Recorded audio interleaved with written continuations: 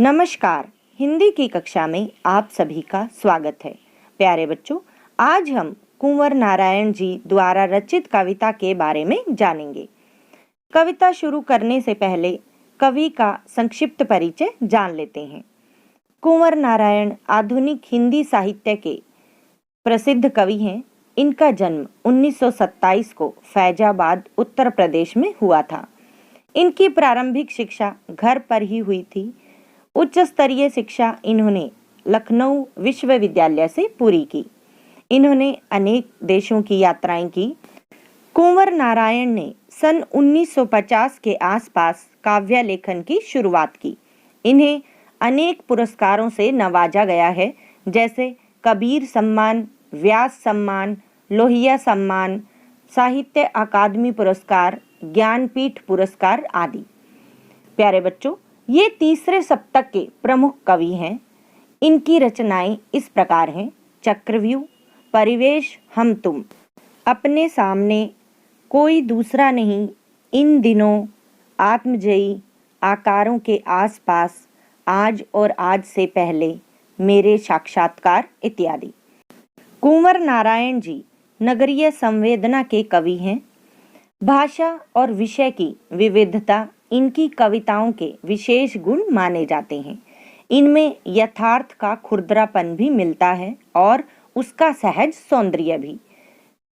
सीधी घोषणाएं और फैसले इनकी कविताओं में नहीं मिलते, क्योंकि जीवन को मुकम्मल तौर पर समझने वाला एक खुलापन इनके कवि स्वभाव की मूल विशेषता है।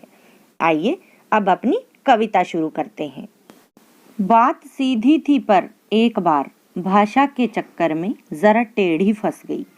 उसे पाने की कोशिश में भाषा को उल्टा पलटा, तोड़ा मरोड़ा, घुमाया फिराया कि बात या तो बने या फिर भाषा से बाहर आए।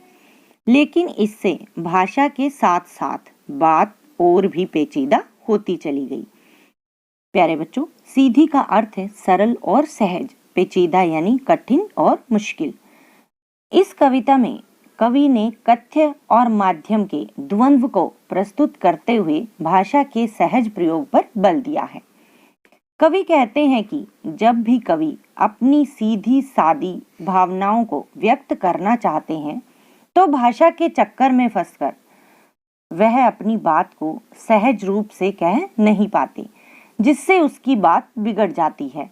वह फिर से कोशिश करते हैं और भाषा के नए नए शब्दों को उलट पुलट और तोड़ मरोड़ कर प्रयोग करते हैं, अर्थात भाषा में अनेक प्रकार के परिवर्तन करते हैं कि किसी प्रकार उसकी बात बन जाए।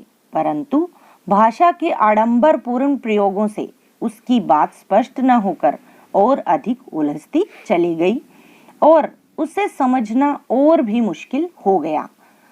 वह कथ्य को जितना अधिक सहज बनाना चाहते थे, भाषा के जाल में उलझकर वह और भी अधिक जटिल हो गई, अर्थात मुश्किल हो गई। काव्य सौंदर्य देखिए, कवि ने भाषा की जटिलता पर कटाक्ष किया है।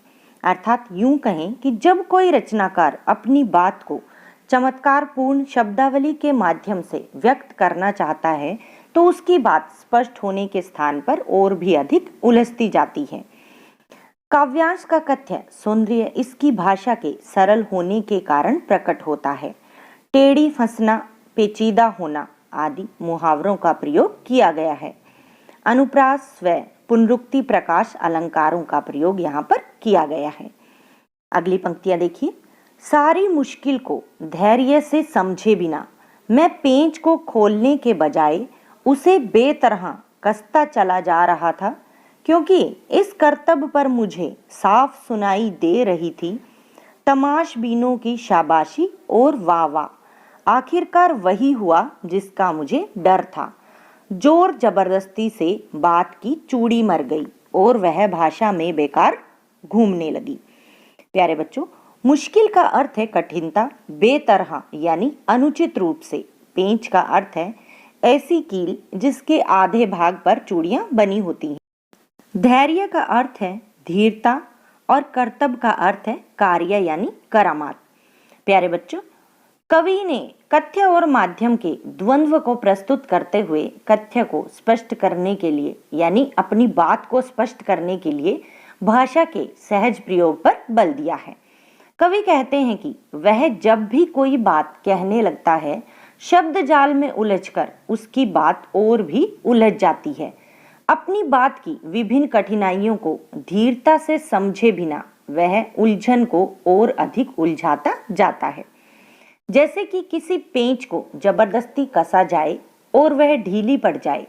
प्यारे बच्चों, यहाँ पर कवि ने कील का उदाहरण देकर अपनी बात को स्पष्ट करने का प्रयास किया है। कवि हमें समझाना चाहते हैं कि यदि भाषा पर भी आडंबरपूर्ण प्रयोग किए जाएं, तो उससे बात स्पष्ट न होकर और अधिक जटिल हो जाती है। आगे कवि कहते हैं कि मेरे इस प्रकार के प्रयोग के कारण मुझे सुनने वाले मेरे कथ्य को यानी मेरी बात को समझे बिना ही मेरे शब्द चयन पर मुझे शाबाशी देने लगते हैं तथा मेरे शब्दाडंबर की प्रशंसा करने लगते हैं। इससे यही होता है कि जैसे पेंच के साथ जबरदस्ती करने से उसकी चूड़ियां समाप्त हो जाती हैं, उसी प्रकार से मेरी जो बात है उसका प्रभाव समाप्त हो जाता है और वह मात्र शब्दों का जाल बनकर रह जाती है। अर्थात यूं कहें कि मेरी बात किसी को स्पष्ट रूप से समझ में नहीं आती। काव्य सौंदर्य देखिए। भाषा सहज होते हुए भी बिंब प्रधान है। उर्दू शब्दों का प्रयोग किया गया है। तमाशबीन एवं कर्तव्य शब्दों में व्यंग का भाव छिपा है। कवि धैर्य पूर्वक काम करने की सलाह दे रहा है। वाह वाह में पुनरुक्ति प्रकाश अलंकार है। अगली पंक्तियां देखिए। हार कर मैंने उसे कील की तरह उसी जगह ठोंक दिया। ऊपर से ठीक ठाक पर अंदर से न तो उसमें कसाव था न ताकत। बात ने जो एक शरारती बच्चे की तरह मुझसे खेल रही थी। मुझे पसीना पोंछते देखकर पूछा, क्या तुमने भाषा को सहूलियत से बरतना कभी नहीं सीखा? प्यारे बच्चों, जोर का अर्थ है बल, चूड़ी मरना यानी पेंच कसने के लिए बनी चूड़ी का नष्ट होना। और यहाँ पर इसका उदाहरण इसलिए दिया गया है क्योंकि कवि अपनी बात को समझाना चाहते हैं और कथ्य का मुख्य भाव समाप्त हो जाना यहाँ पर इसका अर्थ निकलता है, यानी बात का मुख्य भाव समाप्त हो जाना। कसाव का अर्थ है खिंचाव या गहराई। सहूलियत का अर्थ है सुविधा, बरतना, व्यवहार में लाना। इन पंक्तियों में कवि आडंबरपूर्ण शब्दावली के स्थान पर भाषा के सहज प्रयोग पर बल देकर कहते हैं कि सरल शब्दों में ही अपनी बात को स्पष्ट किया जा सकता है। कवि कहते हैं कि जब उससे उसकी बात स्पष्ट न हो सकी तथा और अधिक उलझती चली गई, तो उसने उसे उसी स्थान पर वैसे ही छोड़ दिया। जैसे पेंच की चूड़ियां मर जाने पर उसे कील की तरह उसी स्थान पर ठोक दिया जाता है। ऐसी स्थिति में ऊपर से सब कुछ सुंदर और आकर्षक लगता है, परंतु उसमें सहज रूप से कसाव और ताकत नहीं आ पाती। उसी तरह कवि कहते हैं कि आडंबरपूर्ण शब्दावली से वाहवाही तो मिल जाती है, परंतु बात स्पष्ट नहीं हो पाती। इसलिए जब मैं अपनी बात को स्पष्ट न कर सका, तो एक शरारती बच्चे के समान मुझसे खेलने वाली बात ने मुझे पसीना पोंछते देखकर मुझसे पूछा कि क्या मैंने भाषा को सहजता से व्यवहार में लाना नहीं सीखा है। वह जानना चाहता था कि मैं शब्द जाल में फंसकर क्यों अपनी बात को उलझाता गया, जबकि सहज सरल भाषा में अपनी बात को कहकर मैं सबको अपनी बात अच्छी प्रकार से समझा सकता था, यानी अपनी बात को स्पष्ट कर सकता था। काव्य सौंदर्य देखिए। भाषा सहज होते हुए भी बिंब प्रधान है।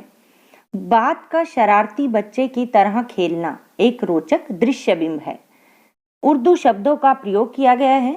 कवि ने काव्यांश में बात का मानवीकरण किया है। कवि ने कविता के लिए सहज भाषा अपनाने पर बल दिया है। कील की तरह ठोकना में उपमा अलंकार है। चलिए अब कविता का प्रतिपाद्य भी जान लेते हैं। प्यारे बच्चों, इस कविता में बताया गया है कि हर बात की सटीक अभिव्यक्ति के लिए कुछ अर्थपूर्ण शब्द होते हैं। जिस प्रकार पेंच के लिए एक निश्चित खांचा होता है, उसी प्रकार हर बात को बताने वाले शब्द भी सुनिश्चित होते हैं। यदि हम उनमें नयापन या दिखावा करने के लिए अनावश्यक शब्द डालने का प्रयास करेंगे तो वे उसी प्रकार हो जाएंगे जैसे पेंच की चूड़ी टूटने पर पेंच खांचे के अंदर ही बिना कसाव लाए घूमता रहता है।